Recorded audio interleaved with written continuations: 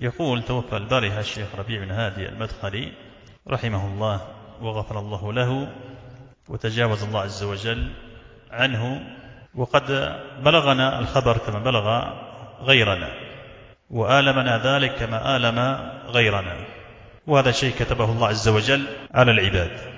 كل نفس ذائقة الموت، وما جعلنا لبشر من قبلك الخلد أفإن مت فهم الخالدون. وموت العلماء مصيبة من المصائب العظيمة، وكما ثبت عن الحسن البصري أنه قال رحمة الله عليه: كانوا يقولون موت العالم ثلمة في الإسلام لا تسد مع اختلاف الليل والنهار. ثلمة في الإسلام لا تسد مع اختلاف الليل والنهار. وقال ابن القيم رحمة الله عليه: لا تسد إلا أن يخلف بغيره، أو كما قال رحمة الله عليه. وقال رحمه الله: موت العالم فساد في نظام العالم. موت العالم فساد في نظام العالم. وقبل ذلك جاء في الصحيحين من حديث عبد الله بن عمرو بن العاص رضي الله عنهما قال النبي عليه الصلاة والسلام: إن الله لا يقبض العلم انتزاعا ينتزعه من صدور الناس، ولكن يقبض العلم بقبض العلماء، حتى إذا لم يبقي عالما اتخذ الناس رؤوسا جهالا فسئلوا فأفتوا بغير علم فضلوا وأضلوا.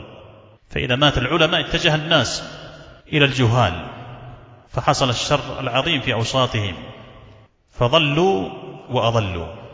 فالعلماء من أسباب بقاء الهداية والخير في أوساط الناس، والعلماء كما قال السلف كالنجوم، وإذا مات عالم فكأنما انطمس نجم من النجوم.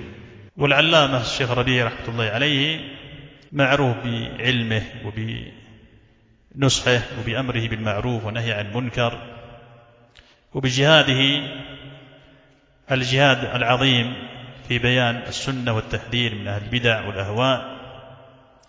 وله الجهاد الواسع في هذا الباب كما هو معلوم، والمصنفات الكثيرة النافعة المفيدة فيها الخير الكثير، فرحمه الله وأجزل له الثواب وغفر الله له.